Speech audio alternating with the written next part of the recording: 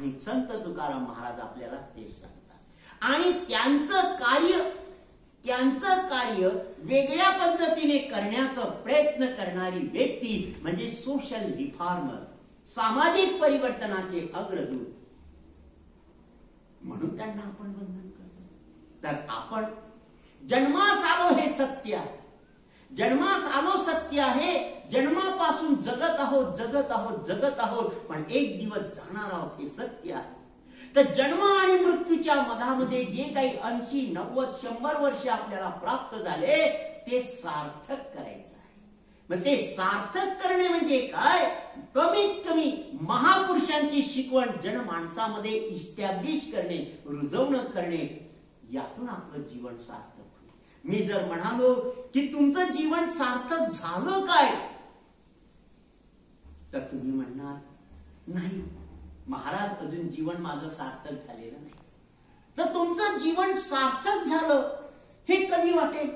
जेव्हा तुम्हाला वाटेल की मी असो किंवा नसो, सर मी असो किंवा नसो, मी असलो काय नसलो काय, परंतु मी जरी असलो नसलो तरी पण माझ्या येणाऱ्या पिढ्या ह्या सुखी असतील याची गॅरंटी मला प्राप्त होणे म्हणजे जीवन सार्थक होणे। लक्षात ठेवा, मी असो किंवा नसो पण माझ्या येणाऱ्या पिढ्या, माझ्या नंतर येणारे मानव हे सुखी असतील या पृथ्वी तलावर याची मला गॅरंटी प्राप्त झालेली आहे आणि म्हणून माझं जीवन सार्थक झालेलं आहे असं तुम्ही म्हणा। म्हणजे गॅरंटी, कशाची गॅरंटी? मी असो किंवा नसो परंतु माझे पोरं बारं नातू नत्र सुना बुवा ह्या सुखी असतील याची गॅरंटी प्राप्त होणे म्हणजे जीवन सार्थक होणे। तुकाराम महाराज काय करत होते? शिवाजी महाराज काय करत होते? तेच बाबासाहेब आंबेडकर काय करत होते? तेच अण्णाभाऊ साठे काय करत होते? तेच। तर आमचा दृष्टिकोन हा निष्पक्ष असला पाहिजे, पक्षपाती असता कामा नये, हा अडाणपणावर आधारित असता कामा नये, आमच्यामध्ये व्हिजन निर्माण व्हावं यासाठी आमच्या महापुरुषांनी कंटिन्यू सांगण्याचा प्रयत्न केलेला आहे, तेच ग्रहण करायचं। आणि दुसरं काय, शिवाजी महाराजांनी कधीतरी पक्षपात केला का? कधीच नाही। कधीतरी पक्षपात केला नाही असे आमचे आदर्श। जर आम्ही पक्षपात केला तर तो अपमान कुणाचा करेल? आमच्या आदर्शाचा करेल। आमच्या आईमुळे आमचा सन्मान वाढतो हे लक्षात ठेवा, आणि आमच्यामुळे आमच्या आईचा सन्मान वाढतो, आमच्यामुळे आमच्या वडिलाचा सन्मान वाढतो, आमच्या वडिलांमुळे आमचा सन्मान वाढतो आणि आमच्यामुळे आमचा सन्मान वडिलांचा वाढतो। आणि जर का असं नसतं तर रामजी मालोजी सपकाळ यांचा सन्मान कुणामुळे वाढला? त्यांच्या मुलामुळे। रमाबाईचा सन्मान कुणामुळे वाढला? त्यांच्या पतीमुळे। मोठं सुंदर लक्ष ठेवा।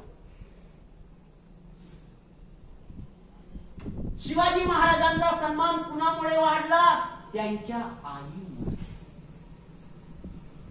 राजर्षी छत्रपती शाहू महाराजांचा सन्मान कुणामुळे वाढला?